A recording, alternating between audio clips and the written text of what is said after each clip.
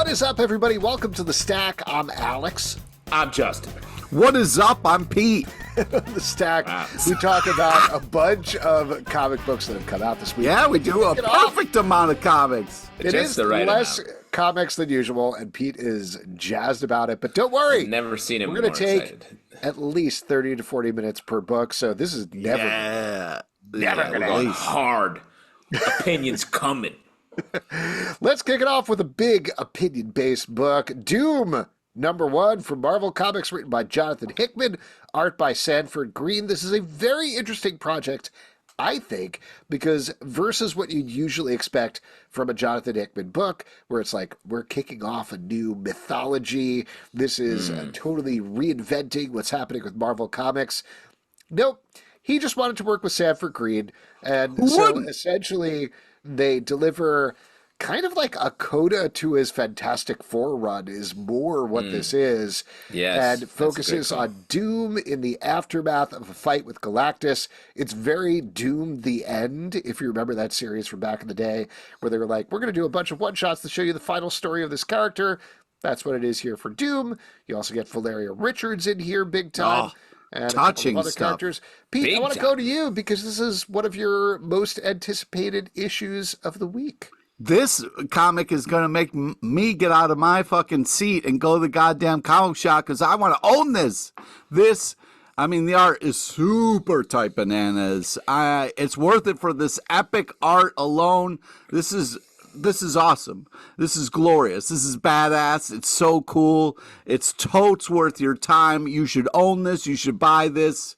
You should hold this up and talk about why comics are great. This is just an unbelievable package of some heart. Hickman sometimes doesn't get too kind of emotional, and I feel like Sanford Greene's pulling a little bit out of him. So I was just super impressed with the touching moments you got in this kind of epic last hurrah that Doom has here. And I was just, from start to finish, completely blown away by not only the artwork, but the storytelling. A lot of the times Hickman it goes over my head, or for whatever reason, I don't connect to it. But this team up put in such a great perspective for me.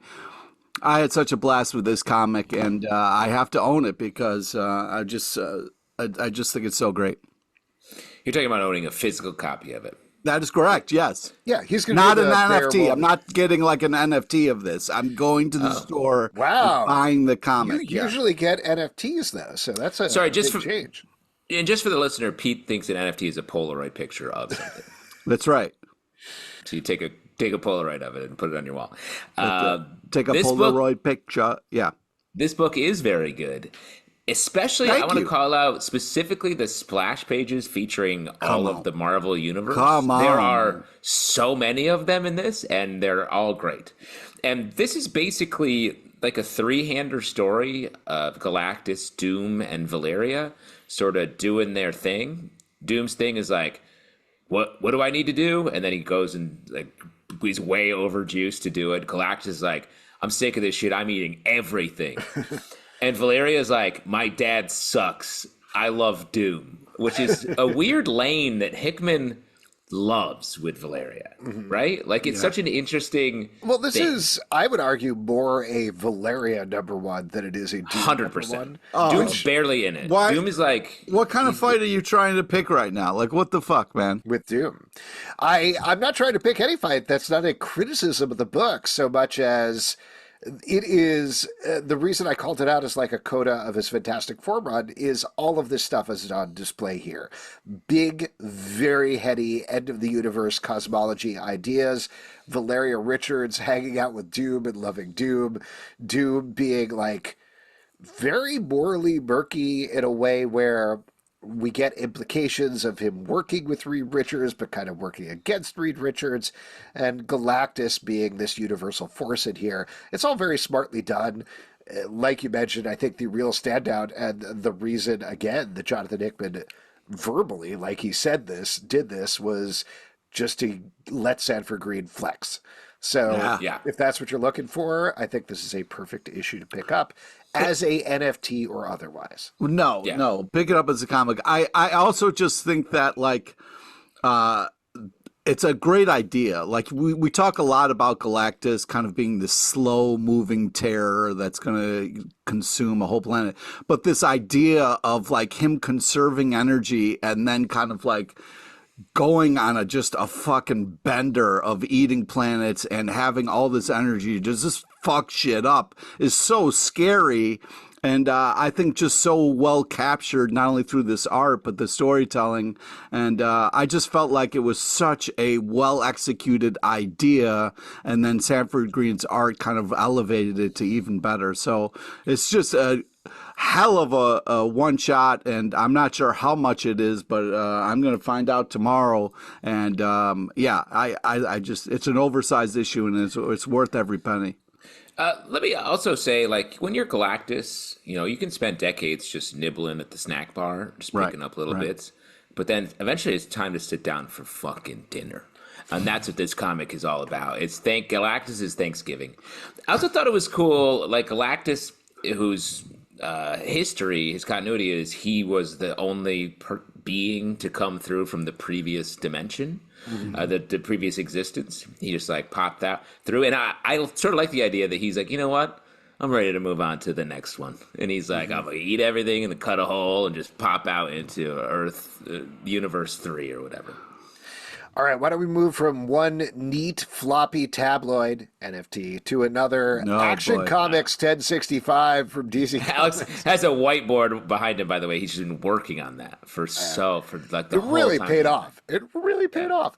Action Comics 1065 from DC Comics, written by Joshua Williamson, art by Rafa Sandoval, Miguel Mendonça, and Mirko Colak. In this issue, we're continuing the House of Brainiac storyline, as Supergirl and Superboy are super tiny, and meanwhile, Superman is teaming up with Lobo. He's big. Come on, Superman Lobo. big, Superboy tiny.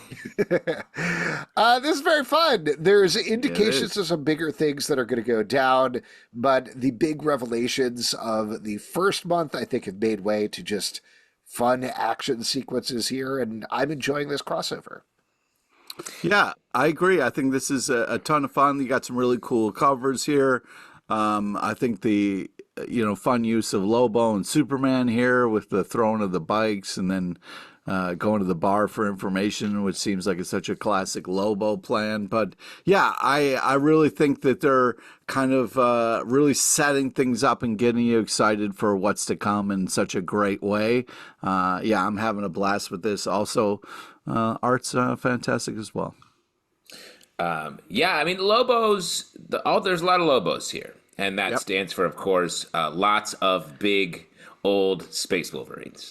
Oh, boo. Space Wolverines is one word in this idea. Justin actually just has one of the tiny portable. Tiny whiteboard. Yeah. Tiny whiteboard. Yeah. Well, I'm erasing it very quickly. I'm like Kornacki. I need a big board like Kornacki. Do you have khakis on?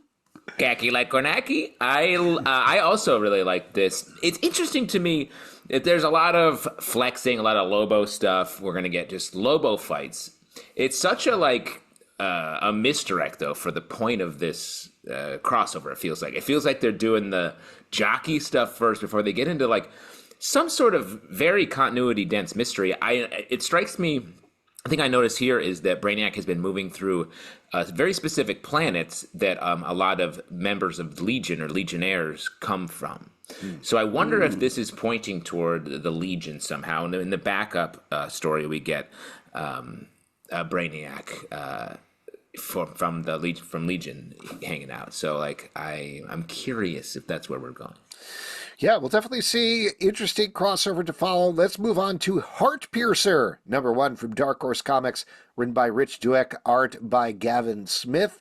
This takes place in a new fantasy world. We're following a hunter called Heartpiercer who has been tasked with killing all sorts of magical creatures, only to be betrayed at the last second. Spoilers, dude. Jesus. I mean, it's the concept of the book. It's okay. On, man. And then she needs to fight her way back there. along with many powers. I thought this was a great debut. There's some real epic myth-making going on here, both in the tone that Rich is writing in terms of the narration, but also fantastic creature designs from Gavin Smith throughout this book. I'm very much on board. I really like this. What did you guys think about this number one? Yeah, I agree. I mean, first off, really cool covers, fun, creepy font. But yeah, I think this is a great first issue, really cool start. Love the art, love the look of the characters. And like you were saying, Zalbatron there, we get some real full circle moments for these characters. You really kind of get a quick way to kind of understand a little bit of where they're coming from and what they've been going through. And that does a great job of just kind of getting you excited for what's to come. It's funny, a lot of the book is sort of pretty self-serious high fantasy stuff, which is well done. And then there's this great line later where Heartpiercer, after a bunch of trials and is in real trouble, comes back and she's like, "I'm your death. I'm not going to tell you my name. I'm your death. You can call me Death." And then the two people she saves walk up and say, "Thank you, Death?" Is that their name? And I was like, wow, what a great, fun joke in the middle of this action. Which is, I love tonal swerves like that can really work. And there's a lot of badass moments, as perhaps something that Pete might say, happening in this comic. Yeah. Agreed. Dark Ride, number 12 from Image Comics, written once again by Joshua Williamson, art by Andrei Bressan. This is the final issue of this title, about a really messed up family who owns a messed up horror theme park. We get, I thought, some great resolution here while it leaves the world potentially open for more if they really want to. But one thing that I really wanted to call out here is finales are hard.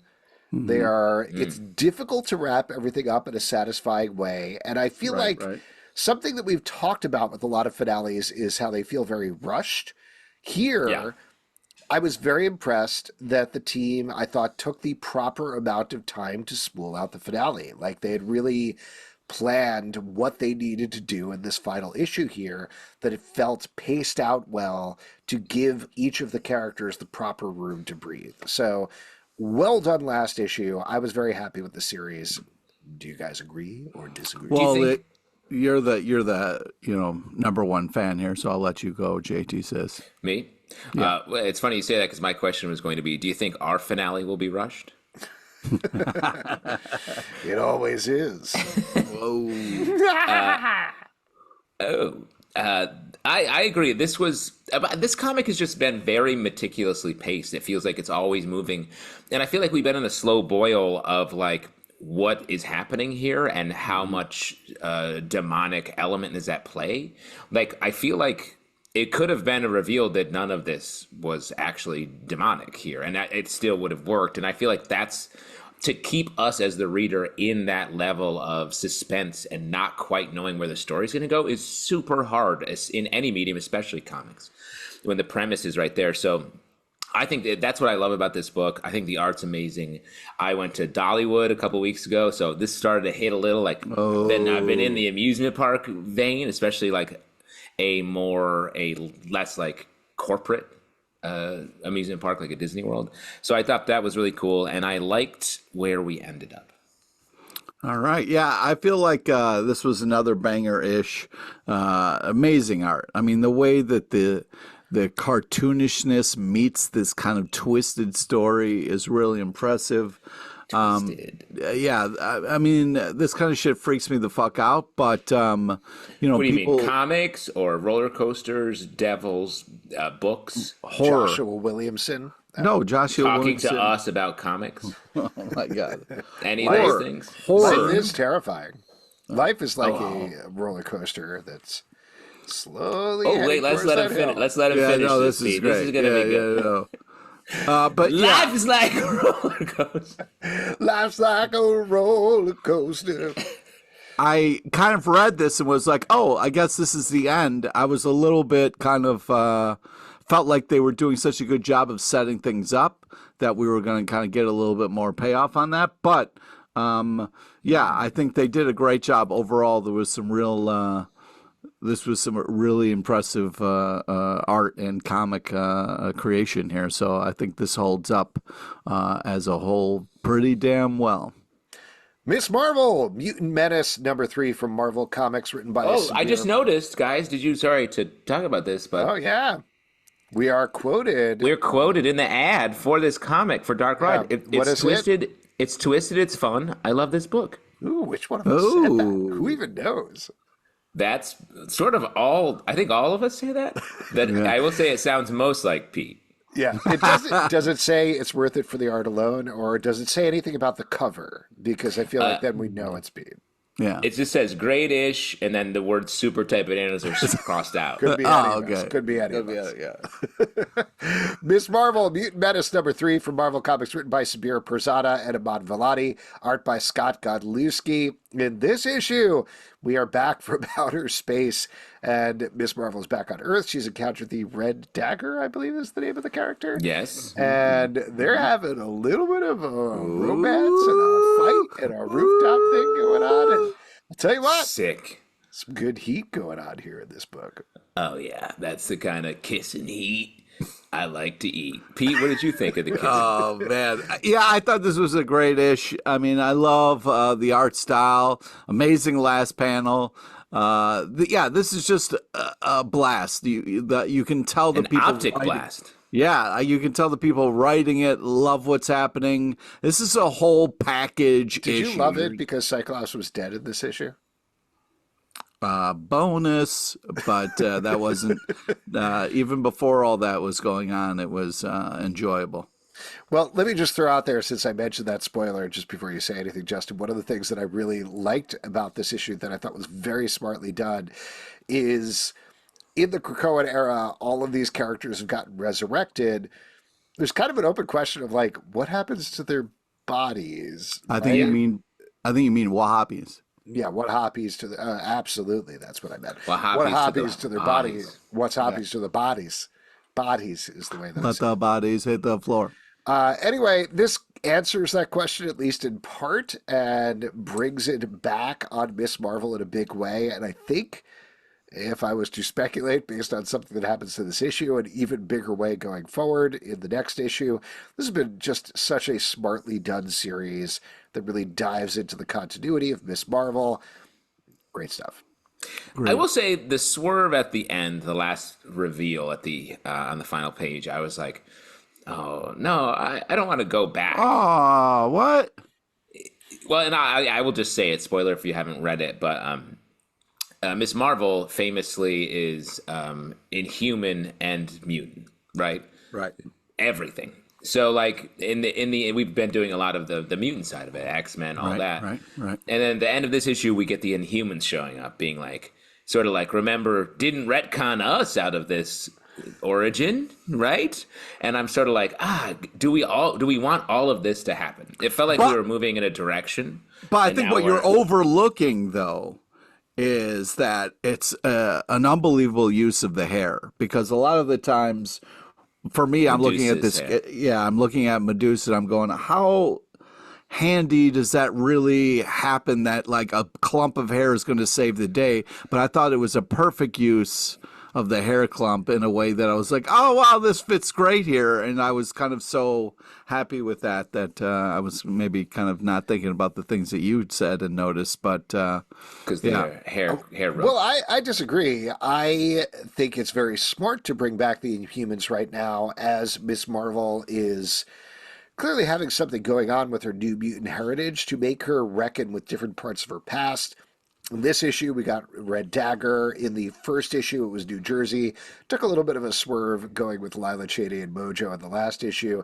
But getting the Inhumans teed up in the next issue, I think, is a nice thing to do. Like, it's not a long time coming, but it's definitely a reckoning in terms of she has these two parts of her identity. What are we going to do about that? Trying to figure out how angry I should be here. Who are you disagreeing with? Or me or Justin? Justin. I said I'm disagreeing with Justin. No, you said I disagree and then moved on and started talking. So the Justin part just happened. Did anything that I just said sound like I disagreed with literally anything you said? No, I didn't catch any of that because when you said I disagree, I was like, who the just fuck like, is he talking to? And I just saw Yeah. red and I wasn't really hearing the words coming out of your mouth because I was like, oh man, this guy wants to Yeah, fight. I had the same thing when you said hair was handy. That bothered me because those are two different parts of the body. And I would also say hair's not handy. Hair's annoying. I disagree, man. I feel like, sometimes some hair is great. I mean, Medusa has all these villains tangled in her hair. You know how hard it would be to get them out? Plus, they're probably sweaty. Dude, if you got a nice brush, though, that you like. You're going to brush them out? You got to brush them out. Medusa's powers are one of the superhero powers that look cool on the comic page, but make literally no sense. That's why they made the smart decision to shave her head in the TV series. Yeah, smart. One last thing about this, though, Alex, I would say I like sort of taking ownership of everything in the continuity, but it's the third issue, and the second issue was like a side quest. So like, I feel Suck like on that, Zelf. I'm in the wow. Now you want he and I to fight. Counterpoint. Shut the fuck up. Yeah, now we're fighting. Now we're What are fighting. you doing, Pete? Wow. How does he work our puppet strings, Alex? How does he do it? I wish I had a little bit more time to be in this world especially introducing Red Dagger and this romance element. I'm like, let's do that. And now it's being whisked away so quickly. I hear what you're saying. It does feel a little bit like Sabir, Pirzada, and Iman Vellani being like, we didn't get to do any of this in our first series. Let's touch as many things as we can in our second series. And I don't know if listeners know this, but folks know this. This news is out there that Miss Marvel is going to be part of the cast of NYX from a new team coming forward. So that's going to pick up her continuity very firmly in the mutant realm. So it might be that they were just tasked with like walking her from one place to another and wanted to hit some fun stuff along the way. I'm having a good time reading this book, so I hear what you're saying. Yeah. But, I'm having a good time too. I'm also having a good time. great. I wish we were triple fighting. good time. Uncanny Valley #2 from Boom Studios, written by Tony Fleecs, art by Dave Wachter. In the first issue, we met a kid who turns out to be half cartoon. Now he is on the run with his grandpa, who is basically Yosemite Sam, and the ways of being. Take it easy. As he's deaf. Oh, I'm sorry. He is not. He looks somewhat similar, but he doesn't talk the same, and he's not, You don't suffer hear and succotash and all that. You know what I mean? doesn't Like call he's anybody a varmint. That's yeah. Like let's take it down a notch. He talks like a regular person. He just might look a certain way. You know what I mean? But don't label him that. Well, anyway, he's a cartoon. His grandson is 1/4 cartoon, as we established in this issue. A lot of this is establishing the rules of the world. Man, I just want to give a shout out to Dave Wachter on the art here. The way that he walks the line between realistic comic book art and cartoon art is amazing. It's very hard, actually. Yeah, it's really impressive. Really pulls it off. I really like the world building that they're doing here, and Tony's writing, I think, is excellent. This is a book where I'm like, I believe in this. I think this is my new religion, that there are just cartoons around. Because I love the way they explain it. Where he's like, when you see people and they look weird, they're cartoons. You just don't remember it. I was like, yes, I agree with you. When I see someone who looks weird, I think they are a cartoon. And that's what I believe from now on. Yeah, I love this. I'm having such a great time. I really think the art style is really impressive. The way it can be very detailed, but also the cartoony fits as well is very impressive. I love what they're doing. The storytelling here is huge, and this whole kind of thing of like, having grandpa, whether or not he's real or there, or this kind of like whole thing of like, is this all going on inside this kid's head? Like, what's up? It's a just really impressive storytelling and done in an artistic, cool way that also is saying bigger things. So, yeah, I'm just impressed with this on many levels. I thought this was really an incredible book. I love the way that he pops his ears out and they become tunes. So good. I love that sequence. And then also the if you're falling, just kind of look away and start like whistling a tune. That's awesome. That works, and that does work. And then they did the whole paint the tunnel thing. I mean, come on. They're hitting all That's the classic. hits. Yeah, classic Yosemite Sam. You get your 23andMe done, how much cartoon are you? Oh, well, that's the thing. I did like a couple different companies because I kept getting different numbers. Nice. Yeah. I'm somewhere between 12% to 35 to answer your question. Wow, that's pretty good. I've always thought of you as mostly tune. I did it. I'm 1/16 tune. Oh, wow. Just my penis. On that note, I will mention that we will have this creative team on our live show in June. I'm forgetting the exact date. Well, hopefully. No, I keep talking about my tune dick. They might not be hanging out. Oh, my God. What just happened, dude? Right? Jesus. You know what I'm talking about. Green Lantern, number 11 from DC Comics, written by Jeremy Adams, art by Xermánico and Amancay, Nahuelpan, and Kevin Maguire. And the front story, Hal Jordan has been fighting against a mysterious evil who destroyed all the power batteries in the universe and left the Green Lantern at odds and ends. Here, he ends up in a little bit of a trap, of course, because he barreled into something. And in the backup story, we're getting a sort of tie-in to the House of Brainiac story as Guy Gardner tracks down the wrong Lobo, which is a thing that I think we're Very all fun right now. So there you go. I think we've all tracked down the wrong Lobo at one point or another. You know what I mean? I wish he had regular Wolverine handcuffed. He was like, "You're Lobo. I know you are." Oh, that's bullshit. I just want to throw out there that Jeremy Adams is doing a great job of two things in this issue. First, making Hal Jordan reckless, which I feel like is always part of his character, but it's always reckless in the way like, ooh, you're a reckless hero doing the right thing when nobody's doing the right thing. In this series, he's just like, I'm going to barrel in and do whatever. And it keeps making things kind of worse most of the time, even if he's sort of right. And I appreciate that complicated characterization. The other thing is back on Earth, we're getting stuff with Carol Ferris where she really doesn't want to marry her fiance. And there's such a great amount of tension there. This is the most romantic that Carol Ferris and Hal Jordan have been in years, I think. Well, what I really love about it, and you're sort of saying it, Alex, is they make Hal reckless in superheroics and flashback to him being reckless as a kid. And Carol's whole thing is like, you're too reckless. You need to play it straight, be like me. And she's being wildly reckless in this issue. Yeah. She's tries to rush off to Vegas to marry this guy that we know she doesn't really love. And then we get a great reveal at the end that I was like, you're telling us these characters are so different and they can't be together while simultaneously making them act similarly because they're going to get together. It's like classic rom-com stuff told in the most like chill, subtle way. It's very, very well done. I think this is, I've said this before, this run of Green Lantern has been my favorite in like many years. I mean, you get the classic, you know, in rom-coms, weddings get interrupted for all kinds of reasons, but this is a pretty legit reason. You know what I mean? I mean, that's kind of a crazy, you know. You don't want a rogue ring showing up at it. Oh, man. You know, there should be just a couple rings that everyone knows about. No extras. Let me also say that Vegas Superman replacing Elvis as the fake wedding chapel is so funny. It's so smart. I just thought this was a great issue. Raise Hell, number 1 from ComiXology Originals. I will. Written by Jordan Alasqua, art by Ray Nadine. This is about a kid who summons a demon. And, don't do it, kids. Hang out with that demon for a while. I was surprised this was a one-shot because this felt like such a across-the-plate setup for an ongoing series to me, and maybe it is. Yes. Stealthily. But go ahead, Justin. Oh, I was just going to say, I was echoing you. Like, it feels like such a setup for a series, and then it's like, the end. I was like, oh, clearly this should be going forward. Yeah.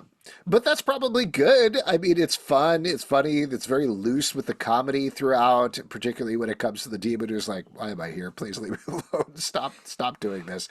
So I would read this ongoing. I had a good time. This comic has Scott Pilgrim hangout vibes, in that it feels like the characters are, you know, in that realm of characters, and they're just like, what if we just made a demon show up, and they just play it the same way that Scott Pilgrim uses video game rules. They just play like hell stuff is a almost everyday occurrence, and I thought it was well done.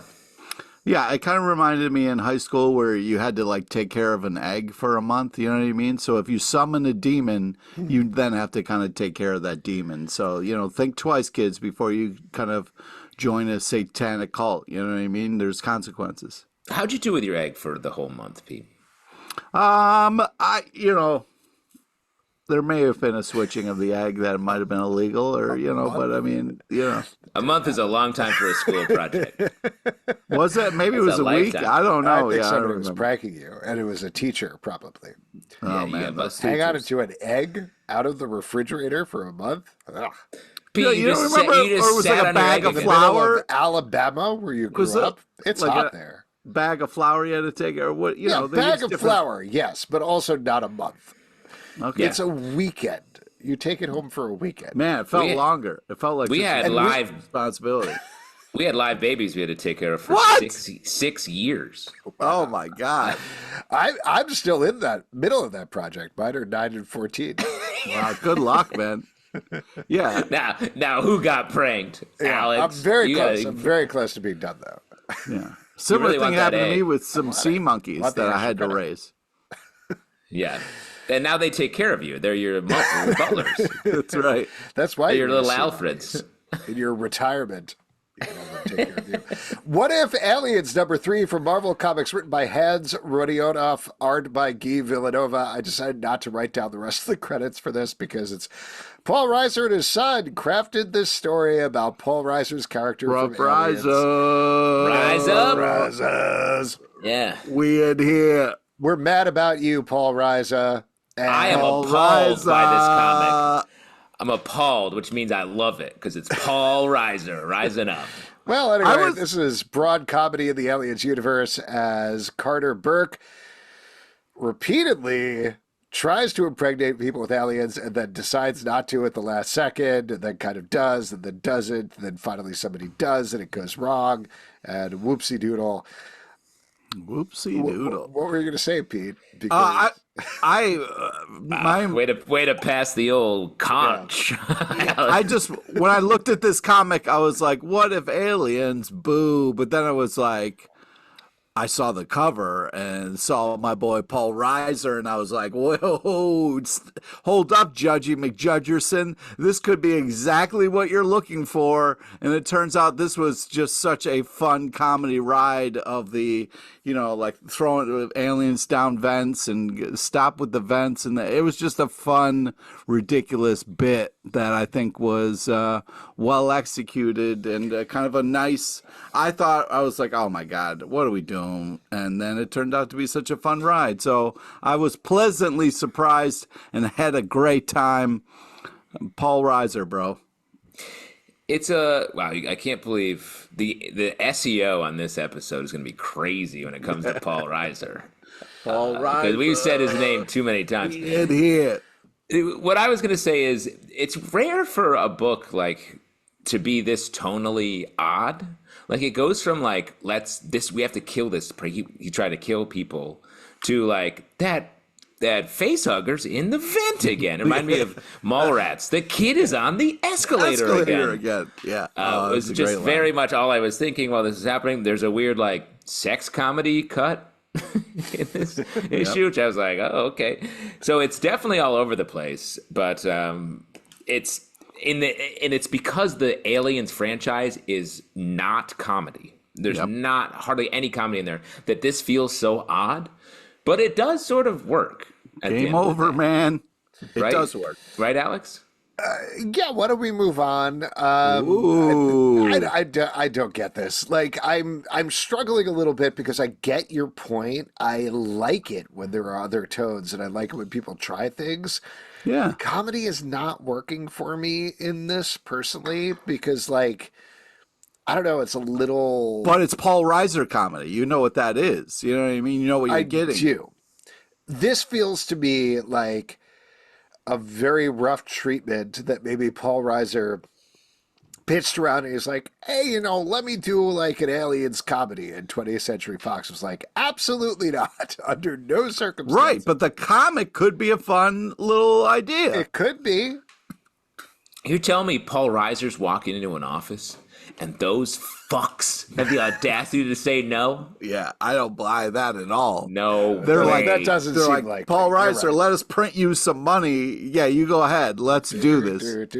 I have a flashback to living in New York when the pandemic hit. I think maybe it premiered like March 6th was the new reboot of Mad About You on the Spectrum channel.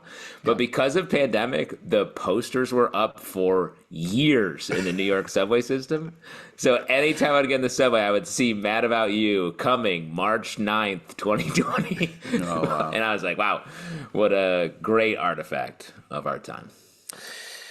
Let's move to another great artifact of our time, some precious metal, which is coming out June 5th. Don't from spoil. Image Comics, written by Darcy Van Polgeest, art by Ian Bertram. This is a sequel/prequel to one of our favorite books of the past few years, Little Bird. Yes. And it takes place in that same world. I will throw out there, without getting into spoilers, because it is very hard to spoil the actual plot of this book. It deals with the same religious, non-religious divide that Little Bird dealt with, perhaps in a less direct way, but the real standout here, and this is nothing against Darcy Van Polgeest's writing, which is very solid, but it's Ian Bertram's art. Like, the way that he lays things out here is, You can say it. beyond the pale. It's incredible. It's worth it for the art alone. I mean, this is super tight nanners here. I mean, this is epic art. I mean, Little Bird was phenomenal, but this is also this and then some. I mean, you get some real creative swings in this, some really trippy, fun stuff, but also some violent, fucked up shit. And I just, the last panel, oh my God, I love this. I mean, this is a total package. I agree. It's really good. It reminds me of the comic Prophet I loved from years ago. Right. That the reboot at Image that was really interesting and different. It also reminds me, do you guys remember the name of that comic that was took place at that house where it was just That millions was of rooms? also Ian Bertram. Yes, right? Yeah. The one by Peter J. Tomasi that I'm blanking on the name of, but I do know what you're talking about. It's the Gunmaker. That's what I'm trying to Google. Is the Gunmaker family house. It was the Winchester house. Winchester. That comic was great, and it was really House of Penance. I thought you were going to say House of Slaughter. Close. No, Ian Bertram's art is phenomenal. And again, this is not a slight to the glorious by any means, but it's epic. Yes, it is super tight nanners. Pick it up for the art alone. Oh, no. I Outsider. don't like hearing it. I don't like hearing it. Woo! Who said it? You hear that? You read that in the back of a comic. We don't know who said it. Could be any of us. Who said be any of us. No. Hearing Pete say super tight nanners or whatever is like someone putting a cigarette into my brainstem. Oh. But it's already burned a hole there. Like the hole's there. When you said it, Alex, it's like a whole nother burn. It's a whole nother hole. I felt ill, like physically ill when I said it. Outsiders, #7 from DC Comics, written by Jackson Lansing and Colin Kelly, art by Robert Carey. In the last issue, we found out the character we thought was the drummer was not, in fact, the drummer. It's Chiquita, I'm blanking on her last name, who was part of Planetary. And in this issue, we flash back and find how she went from the Wildstorm universe to the mainstream DC universe. And it turns out, for unknown reasons, she has survived every reboot the universe has gone through so far. Like a Galactus type. Yeah. This is a great issue. Agreed. Now that the secrets are out there, like, I was already very intrigued by this book, but this has turned to be something that is really just deconstructing the whole of DC Comics and how it's worked over the decades in a very smart and interesting way. I agree. This is one of my favorite books on the stands as well. Like, I love the way that Kelly and Lansing are unspooling this, taking the time to make it each issue weird in its own way, and then this one sort of just opens up the mythology, but still retains all the the continuity-rich and continuity-based stuff, but recontextualizing it and bringing it forward with a little bit more. They've done a good job of capturing that sort of Wildstorm planetary edge that DC Comics just doesn't really do a lot. And they're doing it really well here and just bringing it all together in a nice, I guess I call it a super tight stew. Oh, interesting. See, like you do art and you say it's bananas. I do writing and I say it's stew. Oh, okay, interesting. It's a super goopy stew. I was going to say tight stew doesn't make stew sense. famously is a dish that's like very tight. Yeah, it's not tight super at all. tight. It's tight. loose. Tight. You're drinking loose stew? You're drinking tight stew? Yeah, tight stew. A tight stew? Like where It's not a everything's stew. working. Well, all the ingredients are working, you know? Okay, it's like but that's jazz. like A stew is metaphorically like tight. jazz. Yeah, stew is like jazz. You're absolutely right. But it's definitely like the purpose of stew is to be like there's chunks of meat sort of loose in there. You guys got to come over for stew night at my house. Oh boy, I'm looking forward to it. I'll show you my cartoon penis at stew night. Oh no! Oh man! I was hoping I wouldn't hear that call back till later in the episode, but we got it again. We're about All halfway right. through. It's okay. Yeah, it's about just checking my whiteboard. Time Oh, to say boy. cartoon penis. Oh, yeah. I thought that. Nope. I enjoyed this. Got him. I got him. I realized That's the the sentence cigarette. I was That's the about to cigarette. say, was can't be followed by the phrase "cartoon penis." So I just moved on. House what of a kill Slaughter, switch. number 23 from Boom Studios, written by Tate Probble, art by Antonio Fuso. We're continuing to get a lot of deep continuity stuff with World of Something is Killing the Children here as we explore the House of Bielcher, among other Yes. things. Ooh. Wow, Alex, I've been meaning to say this. You're the most Cajun man I've ever. Oh my god! Oh my god! Thank you. It works seamless. It's an insult to stray bullies, but all right, all right. This series continues to be very well done as it fleshes out the world, and in particular, I love how petty the houses are when there are So yes, Of course, you love. monsters running around eating children. In the other title, they're like, we have to deal with our politics, and it's clearly the worst thing that anybody could be doing. Yeah, I agree. But yeah, this is just continues to be a top shelf book. I mean, this is badass, amazing storytelling. It's just every damn issue is just so much fun. I can't wait for more. This just continues to be just glorious. I mean, I like Something's Killing the Children, but for whatever reason, House of Slaughter hits me harder. I think it feels like there's something boiling underneath this a little bit with the stuff you're saying, Alex, about there's like a sort of political idea here that these people are caught up in the bureaucracy of their shit when they should be protecting the monster eating that's happening everywhere. And I love this sort of simple story of like they all want to get this one guy, and then it just gets more and more complicated as it goes. Really great stuff. Ultimate X-Men, number 3 from Marvel Comics by Peach Momoko. In this issue, we're getting the origin of Maystorm, a character who has similar, but not exactly the same character, powers as Storm. And we are also finding out more about how mutants work in this world. Pete, you want to take this one? Yeah, Peach Momoko. You had me at Peach Momoko. And yeah, the art is just watercolor. Yeah, me at Ultimate X-Men number 3. Oh, okay. Well, I just, the art is just, it's so beautiful. The watercolors are such a nice touch to the lightness of the story that they're trying to tell. It's just so done, just so beautifully and so impressive. It's worth it for the art alone. Damn it! How does mutant dumb work in this new Ultimate? Is it a sort We're of 3 issues scratch? in, and we don't know. Well, but I mean, is this issue trying to say that it is like almost like it's something? It's not genetic at all. It feels like. Yeah, it just seems like it's herpes. It shows up at random times for different people. Okay, interesting admission. Okay, But yeah, that's a strong take.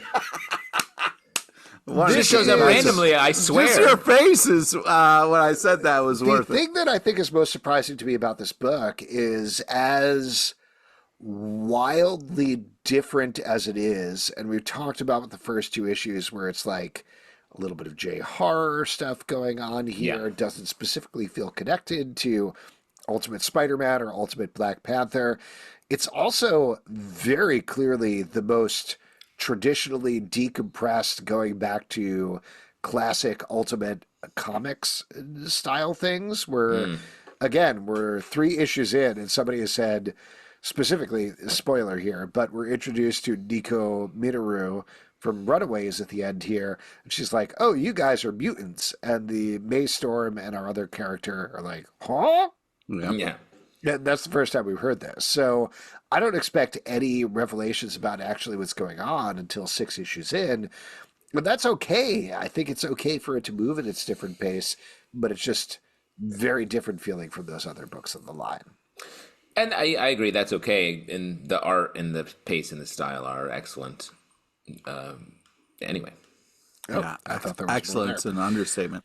All right. Let's talk about Ice Cream Man number 39. Come on!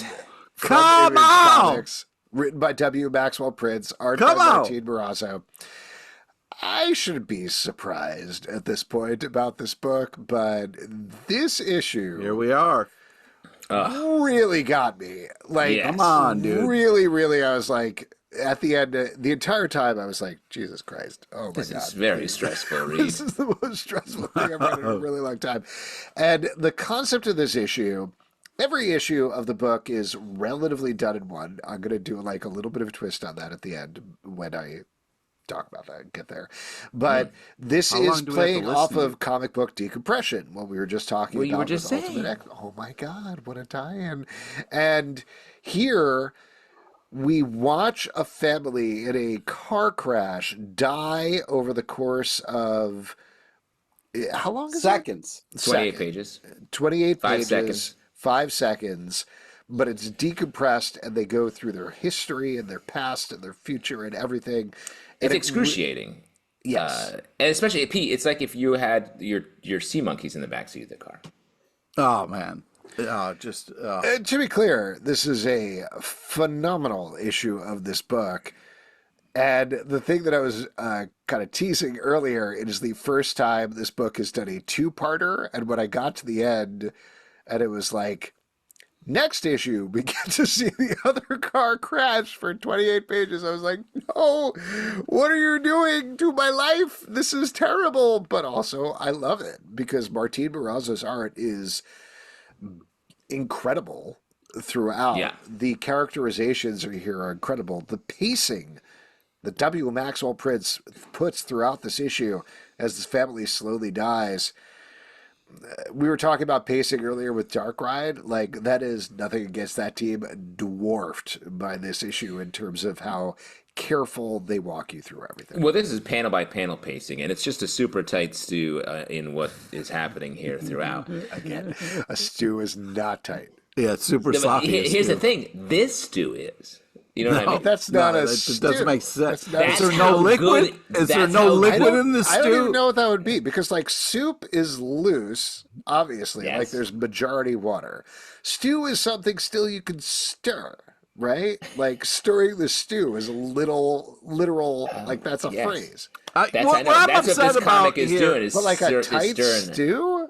Yeah. What are we talking about here? Because that's how good the writing is. It's taking a loose dish and tight. It's like a burrito bowl. You're talking about, like, a burrito bowl or something. What is happening? No, that can be your catchphrase. We need to get back to how great this comic is and stop talking about how loose soup is. I agree. This is like a burrito bowl of a book. Why can't you talk about ice cream? You know what I mean? Because ice cream, can not sometimes familiar. What melt is that? and be loose. All right. It's very funny that, Pete, you're literally falling into the trap of being annoyed about us doing your thing. Like, we're literally just saying your thing, and you're like, I hate this. I'm sick of it. Imagine how others feel. Yeah. All right. This comic at this point has to be held up as like one of the greats of all time because every issue of this delivers in such a creative and unique way that at this point if you ask somebody like, hey, do you like comics? Yeah. Are you reading Ice Cream Man is the next question, because if you like comics, what the fuck are you doing if you're not reading Ice Cream Man? Because this is pinnacle comic shit here. This is really impressive what they're doing for this long to be delivering on each issue in a caliber that is unique, and you sweat and you don't know what's going to happen, but it's by the end of it, you can't believe what just happened. It's really impressive what they're doing. Yes. And what I think Alex is about to say is we're also building some mythology here. At the same time, we're telling like amazing done in one or two stories. I was actually going to ask Pete, if you say, are you reading Ice Cream Man? And they say no, what do you do? Do you like pants them or punch them? Ooh, pants them. Yeah. Imagine being pantsed by a stranger. What you do is you say, imagine a stranger pantsing you. That's crazy. That's my favorite Bruce Springsteen song, Pants by a Stranger. It's a great song. It's a great song. It's gorgeous. No, really then beautiful. if Courtney they say Cox no, was in the music video. She was. If they say no to answer your question, then you say, well, it turns out you're not reading comics, and you should. Oh, wow. What a guilt trip. Yeah. Suicide Squad Dream Team number 3 from DC Comics, written by Nicole Maines, art by Eddie Barros and Jose Luis. Dreamer is on the loose, and the Suicide Squad is after her as she's decided she doesn't want anything to do with Amanda Waller's plans anymore. Shades of the rest of everybody reading DC Comics. What you guys think about this issue? I think, I mean, I have Waller fatigue in general from reading all the comics. The Waller. I've hit the Waller. Hashtag hit the Waller. But I do think, weirdly, this comic is maybe doing the best job of really characterizing Waller, making her not just like, I'll get you, my superheroes, villain. It feels like she's actually doing stuff in this comic, and this feels sort of a bit off to the side of the main story axis of the DC universe, and it's just funny to me that this is actually maybe doing the best job of carrying the torch of what they're trying to do. Well, I think plot-wise, sorry, Pete, I'll kick it over to you in a second. I think this actually is like a key book. This is the only book, I think, that has Countdown to Absolute Power on the cover, and I don't know if people know that, like, these are very specific moves that they are making towards this event in this book. Yeah. Take it away, Pete. So I wanted to jump on what Justin was saying, and that is that they do a great job in this book about having things that can be very annoying, like a Waller being too much. Also, Bizarro is not annoying in this, and that's also super impressive. They're doing a great job of juggling things and having things that as comic book readers we get tired of, but treading it in a way that doesn't bother us, and that's really impressive. And I'm enjoying what's going down with Dreamer and all this stuff, and I think it's being handled well. Dreamer's a great character. Let me ask you though, what's up with Clock King? Why are we getting Clock King all the time? We're getting so much. I think I was thinking about that while I was reading this issue, and I think they just need Amanda Waller to have a lieutenant, like an assistant who's... And who chose Clock King? His only thing is knowing the schedule. He's the cipher of, like, train times. Yeah, that's what makes him a good second in command. He's the guy who's like, this person's going to be over here, and this person's going to be over here at this time. And don't forget about your dentist appointment at 2 p.m. Yeah, exactly. He's like a human Waze. I don't think he's a good enough villain here. I want someone else. He's got hands. He's got clock hands on his glasses. It is cool. He's got a good look. It's just very strange. Before we move on, also, Alex, I notice sort of this very particular hole in the stack. The Batman Dylan Dog issue didn't make the cut. Oh no, it didn't. We were what happened? Shots fired. The same thing for the previous 2 issues about Batman Dylan Dog.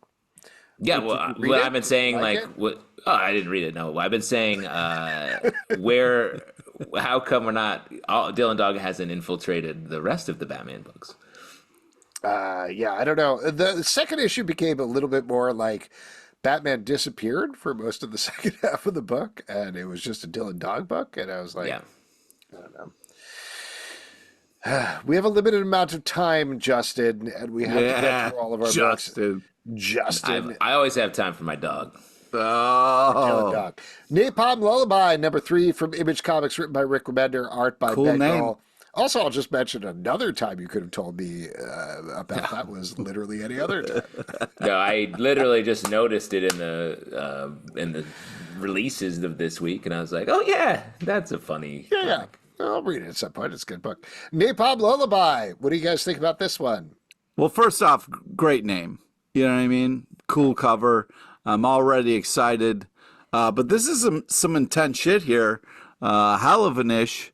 Very excited to read more. And Rick Remender, man, that guy does it again. You know? I mean, just when you think maybe this guy's out of ideas, nope. He's got ideas for days. Not a lot of people would work with an artist who is a Bengal tiger, but that's what Rick Remender is doing here. Yeah. Usually they can't draw, but this Bengal tiger, oh yeah, he can draw.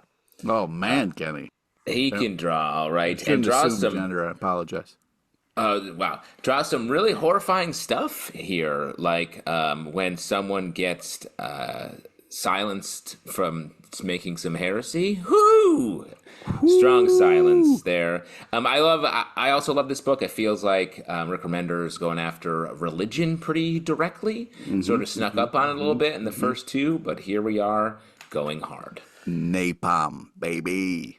Briar, number 5 for Boob Studios, written by Christopher Cantwell, art by Alex Linz. This is picking up the series that is a epic fantasy retelling of Sleeping Beauty. I appreciated that in this issue we got back to Sleeping Beauty stuff, something that I feel like we've gotten away from in the past couple of issues. Well, but also going hard about it. Like, there's very little sleeping happening in this. Briar is cutting loose. A lot of beauty, you know. The only beauty is in the swords going into people. Yeah, plenty that's of here. real beauty as well. Just to be clear, like, and 100% honestly, I think, like, not that it needs to be fables, but what we get back to in this issue that I feel like we've gotten away from was we're doing a little more like Lord of the Rings. There are orcs and goblins and all of these other things, and I don't know why it matters that she's Sleeping Beauty. Here, if I recall correctly, we get like a little bit of a Jack of the Beanstalk riff and some other stuff. So we're starting to get some of that fairy tale stuff in the world working back in, and I think that's what will make this series work long term. Yeah, like I agree, and I think it is a nice sort of folding in and out of these larger ideas, and then back to the main myth, I guess. Yeah, I mean, I thought this was very enjoyable. You know, who doesn't want to run around returning cows to people? You know what I mean? Collecting rewards, you know, living that Briar life. I think it's a lot of fun. And I'm also a sucker for a giant map in the back of your comic. So I'm glad we got that. Now, real quick, do you prefer to live that Briar's life or that Turkey Hill life? Oh, wow. Ooh, that's a tough call. Who would pick Turkey Hill? Let's be honest. In what way would Turkey Hill ever come out on top? I don't think so. Pete, what are you going to do with the magic beans that you keep getting fooled into taking? Oh, man. Well, I got a collection, and they're not doing much for me. You got to plant them. Stop eating them. Plant them. I'm hoping the magic will happen to me if you eat them, and it doesn't work. Nice. You're gonna you get know, and eating stalked, magic man. beans. Yeah, you're going to get stalked. You know how you make you take a magic beans, put them in a pot? You got a tight stew. That's how you do it. That's how you do it. We got super tight stew. We got to look into this. We got to talk to our chef. He'll have some. I don't thoughts, think I'm beans sure. make a tight stew, bro. X-Men. Oh yeah, they do. I mean, in some senses, sure. X-Men Forever, number 4 from Marvel Comics, written by Kieran Gillen, art by Luca Maresca. In this issue, so much stuff is going down, so much big stuff. I just want to put a spoiler warning here because I don't know that there's any way of talking about this issue without talking about the stuff that happens here. Yeah. But this is kind of happening side to Fall of the House of X and Rise of the Powers of X, filling in a bunch of gaps there. But this is a essential book in terms of the overall story they're telling. They're diving into Destiny and Mystique and their relationship, the fallout from the X-Men Blue special that came out earlier this year. And then on the other end, we've been following Hope, who is hunting down the Phoenix to kill the Phoenix so it can activate the Phoenix so Jean Grey can become the Phoenix, because Enigma, who is Nathaniel Essex, the original Mr. Sinister, has become a Dominion who is going to take over all of time and space and wreck it. So they're trying And to Dominion stop is it. like an AI god, essentially. Yeah, exactly. It's so insanely complicated, and it only gets more complicated in this issue because, as we talked about with issue number 3, it is revealed who Hope's parents are in this issue. And it is absolutely wild in the way that only Kieran Gillen could do, but also, I think, really makes sense with what happened in 2007 when they first introduced Hope, and I was very impressed about it. Before we get into the spoilers, what did you think, Justin? I agree with you. I feel like Kieran Gillen somehow like took an insane needle and thread and scooped up so many little bits and pieces while still having Hope be a real character who's like, I wish my dad was here, Cable, because he would love this stuff. At the same time, so making like nice emotional moments and a really big sacrifice here, covering all the continuity while also she's holding a talking gun that is Legion. It was like, I don't know, shoot me. The Phoenix is like, what? And it does work. And then you have Mystique and Destiny and Destiny's Child, Nightcrawler, which is what we call him now. Destiny's Child? That's what we call him now. And they're just getting their shit together, too. Nightcrawler's a survivor, I have to say. No doubt. Yeah. And then the way it's a little bit of a tricky switcheroo, and this is getting full spoilery, when Hope dies and Jean Grey is immediately just standing there. I was like, they look alike. And their only thing, I had to look back and be like, they're wearing different clothes. Well, so let's talk about this. And maybe I got these details wrong, but I don't think I did because I read it a couple of times just to make sure. So back in the day, meaning literally like 2007, when Hope was introduced, there was a lot of scuttlebutt about like, oh, she is the resurrection of Jean Grey. Because I think, if I remember correctly, Jean Grey was dead at the time. Yes. There's this enormous fire burst. Hope pops up, and they're like, this is going to restart, again, if I remember correctly, the mutant race after House of M when Scarlet Witch says no more mutants. Is that right? Yeah, she was the first mutant born, right? And the whole town was killed. Yeah, there's this enormous fire explosion, and so everybody goes after her. And she has red hair. There's a fire explosion, and you're like, oh, obviously, this is Jean Grey coming back. The twist was, and I don't know how this was determined, but the twist was like, she is not. She's her own being. She's Hope Summers. She's a baby. She's raised by Cable, who's racing through the future. Bishop, the big reveal there was like, Bishop was like, the reason this post-apocalyptic future that I was sent back to stop 10 to 15 years earlier in comic book time was because of Hope Summers, so I have to kill this baby. Fantastic series. Go check out that series. So good. Dwayne Straczynski, who wrote it. And yes. Yes. I think that's not how you pronounce his name, but yes. Yes. Anyway, great series. Check that out. What happens here is that Enigma, who is the Nathaniel Essex, goes back in time to Hope's mother, and this was the cliffhanger of the last issue. It is like, hey, how about you let me take care of this whole like giving you a baby thing? I'll give you a baby. And his whole goal is to control Hope, who is trying to activate the Phoenix, which is the only thing that can stop him. So he's using time travel to stop that from ever happening. Hope's mother is a regular woman named Louise Spaulding, I want to say. I could be wrong about that, but she's a firefighter. She's like, what is going on here? But they're sort of in this like liminal space, dream realm where Sinister could just kind of talk to her and tell her the stuff. Jean Grey finds out about it, travels from the White Hot Room back in time to Louise, and they have a debate. And they proceed to be like, Jean Grey convinces her, yes, you are going to die in a fireball when Hope is born, but you will love that daughter. You will love her, and he is selling you a bill of lies. And ultimately, Louise chooses Jean Grey, not Nathaniel Essex. And ultimately, the parents of Hope Summers are Jean Grey and Louise Spaulding, or whatever her name is.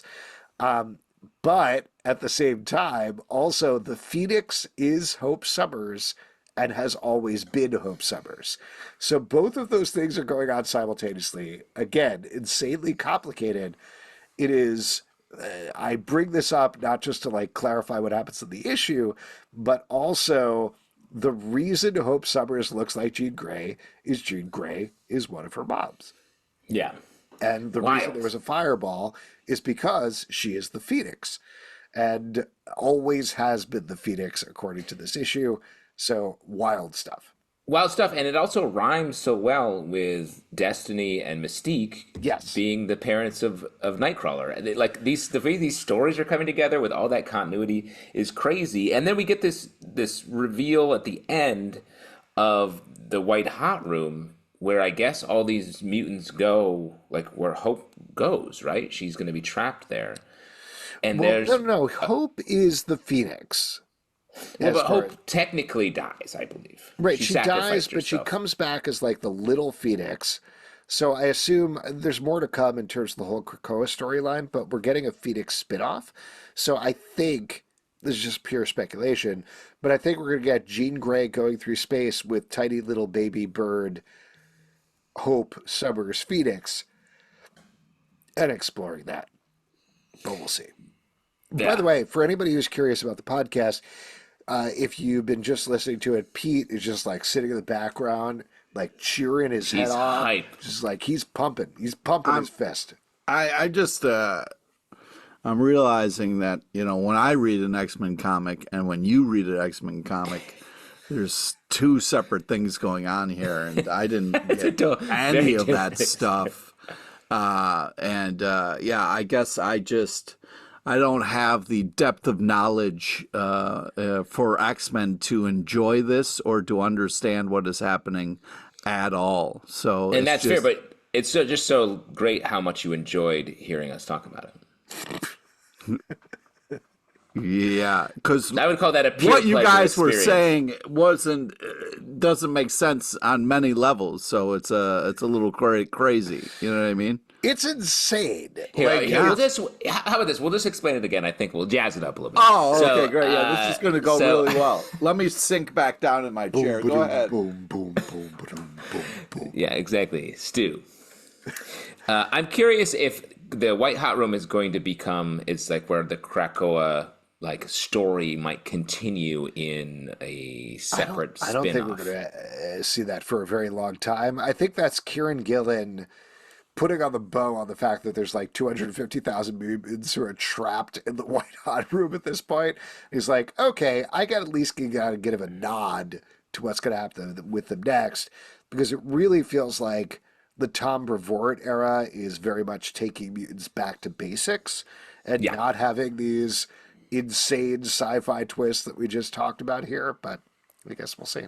Somebody will pick up on it in another 17 years. So you think that's the last we'll see of the White Hot Room? I think so. Wow. I think so for the moment. But I don't know. Maybe. Could be wrong.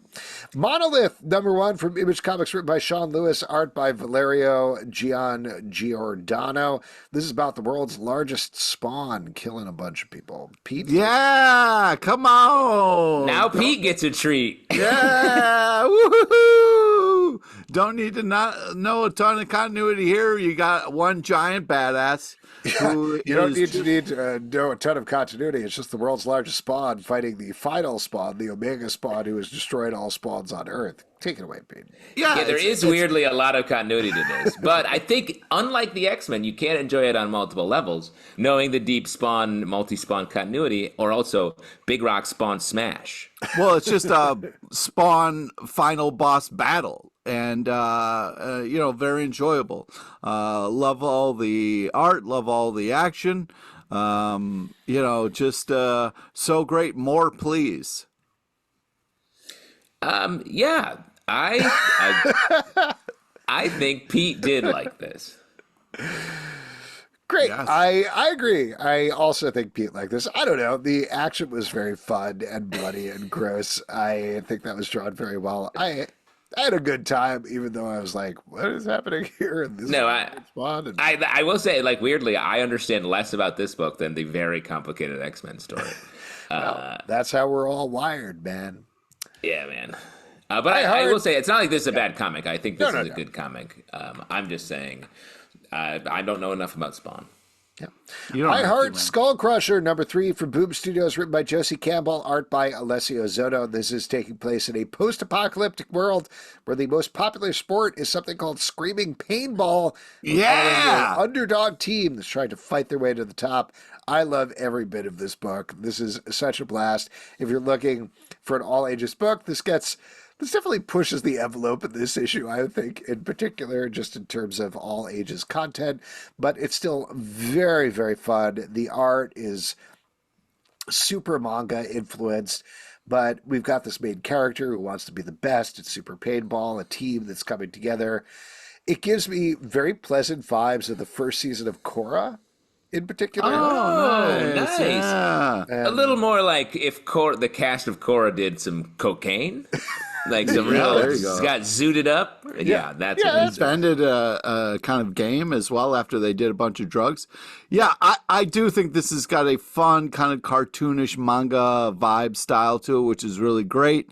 And I love all the facial stuff that they do, which is really, it seems like the writer and artist are having a blast together. It has such a fun pace to it and style that is just kind of, it pulls you into this great world and you don't want to leave. It's a total blast.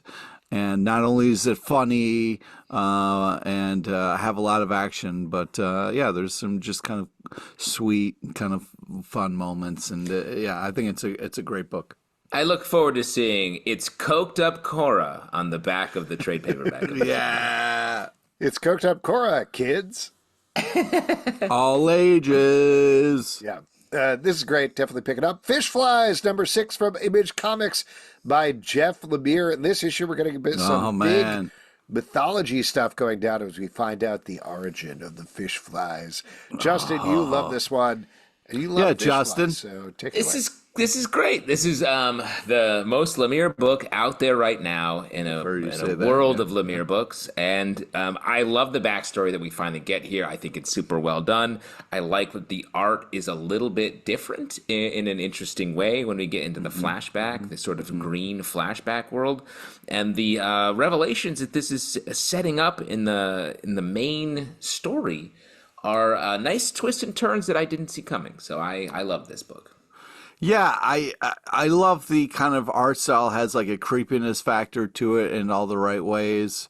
And we kind of get the backstory on the curse of the giant fly here, this kind of human stuck in fly form, and we kind of get the whole kind of backstory, which has been a big kind of character throughout. But then, the ending is super sad. And I'm worried about that kid, man, because I don't think he's making it.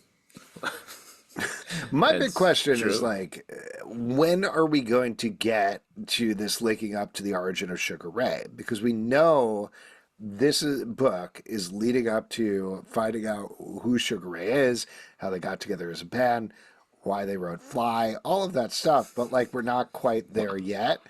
And how many issues is it going to take, honestly? When you said Sugar Ray, I really had no idea what you were talking about. And I'm like, I lived through that era. It's a super tight stew of a joke. Displaced number Sloppy 4. stew, man. It's sloppy stew. Sloppy stew, sloppy stew. Right? Pete, you love that. Yeah. I We won are over Pete by saying a thing that he recognized. Yeah. Displaced number 4 for Boom Should have Studios. squeezed that into your X-Men Forever conversation. Yeah, just throw in a bunch of Waterboy references or whatever. Yeah. I love X-Men now. Boom Studios, written by Ed Bryson, art by Luca Casalanguida. In this issue, our main characters are, even though they know they're going to poof into a bunch of goop if they wander away from each other, they're Poof the goop? What if I poof the goop? What if I wandered away from you? What would happen? And spoiler warning, they poof into goop. That's the way I feel about us. Yeah, after this, we just are poop they into doing goop. that? Why? I don't know. It will be revealed. I like this comic a lot. Me too. Yeah. And I like that we've had this mystery of like, why is this? There's a lot of like, why is this happening? From the central mystery to all these little ancillary pieces. And I think they did a smart thing here by I think it's going to open it up next issue. Like we get sort of the enough bad things happen that I think we're finally going to learn a whole new corridor of the story in the next issue, which I think is really well timed. Yeah, I mean, we're purposely being kept out of the loop for now, and I think things will start clicking into place soon. But right now, it's a little sloppy stew where you're not sure what's going on, but you know you're kind of. This has backfired so hard. We've only given him more power. He's getting more power. Red Coat number 2 from Image Comics, written by Jeff Johns, art by Brian Hitch. We are following a immortal Redcoat per the title, who is teaming up with the young Albert Einstein. And in this issue, we meet another immortal who is Benedict Arnold, who has survived forever and is doing a whole lot better than our titular Redcoat. What'd you guys think about this? This comic has young Indiana Jones energy to it. Oh, interesting. Where it's sort of like, can you believe who you met? It's Albert Einstein. I was like, okay. All right, Forrest Gump your way through his Yeah, it definitely is. But it is it's a fun the tone is like right there on. It's a romp, is what it is. And Yeah, Brian it's a romp. Hitch always draws The art's great. good art, is what I was going to say. Art is great. Wow. Oh, Alex put on the brakes. He put on the real brakes. yeah, sure. I'm sorry, sir. Your compliment brakes are squeaking. Did you slam on them hard recently? All right, let Stop me see if I can get being them a dick. restarted for our last book here. I'm going to mispronounce this, and I do apologize. But Luz la Luminosa, excuse me, written That's by pretty good. Edgardo Miranda Rodriguez, art by Elkis Diaz Nova. This is a spinoff of La Barricana, which is a superhero series that has been going on for a while. And here we're focusing on one of the side characters who takes front and center. I thought this was really well done as a intro to this character. I like the art in this book. I think it's commensurate superhero art. What did you guys think? This reminds me of a comic line that I loved back in the 90s, the Ultraverse line, where they were sort of introducing new characters, giving the art was all very bright, flashy, very like, it draws you in a great way, and just building an interesting, specific superhero universe. This kind of reminded me of G.I. Joe, where you get a lot of action and fun and great art, and then there's a little lesson at the end. You know what I mean? In the letters page, you get some real touching stuff, good stuff, and it makes you feel good about a little bit of time that you spent. Totally agree. And if you'd like to support this podcast and all the podcasts we do, patreon.com/comicbookclub. Also, we do a live show every Tuesday night at 7 p.m. to Facebook and YouTube. Come hang out. We would love to chat with you about comic books. What is this pointing? Apple, Spotify, Android, or the app of your choice to subscribe, listen, and follow the show at Comic Book Live on Twitter/X, Comic Book Club Live on TikTok and Instagram, comicbookclublive.com. For this podcast and many more, until next time, we'll see you at the Comic Book Club. Peter, what are you drawing in the air? Your cartoon penis callback. I knew it was! I knew it was that! Woo!